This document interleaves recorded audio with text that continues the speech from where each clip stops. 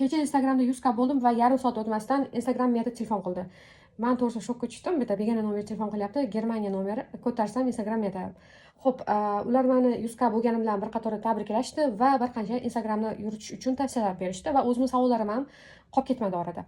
Birinchi o'zim savollarimdan boshlamoqchiman. O'zbekistonda oxirgi paytda juda ko'p blogerlar chiqib gapirishyapti-yu, birdan akkauntimda 100 ta yoki o'sha 100 mingta, millionta follower chiqib ketdi yoki akkauntim bloklanib qolyapti deb ommaviy holatda juda ko'p blogerlar gapirib chiqishyapti.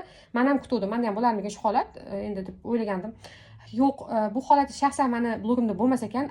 Agar give o'ynalmagan bloglar bo'lsa, bu holat yuz bermas ekan.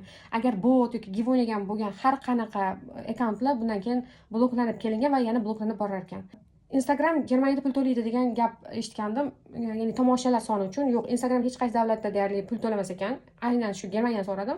O'zbekiston bilan bir qatorda faqatgina brendlar bilan yoki hamkorlik bilan ishlash orqali pul topish mumkin ekan xolos Instagramda. Va yana menga Instagram o'sha meta taklif qilgan narsalardan biri, sen doim o'zingdan kam soni bor odamlar bilan collab qilar ekansan. Iloji boricha o'zingdan ko'proq followerga ega odamlar bilan collab qil dedi.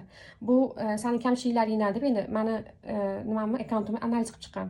Xo'p, va yana kamida bir haftada 3 ta reels qo'y. Birorta videoni deyarli men mikrofon ishlatmaganman yoki deyarli videolarim ham montajsiz. Bu narsani ahamiyati yo'q dedi. Umuman asosiysi videoga qiziq bo'lsa bo'ldi. Montajlar yoki mikrofon ishlatishlar muhim emas.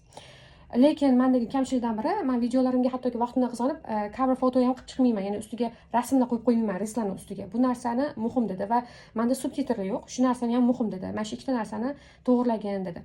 Eng zo'r seni videolaringni 2 baravarga oshiradigan narsa editdan foydalan. Shu предложениyadan foydalanib videolaringni qo'ysang, videolaring ko'rilishi 2 baravarga oshadi dedi. Va yana hop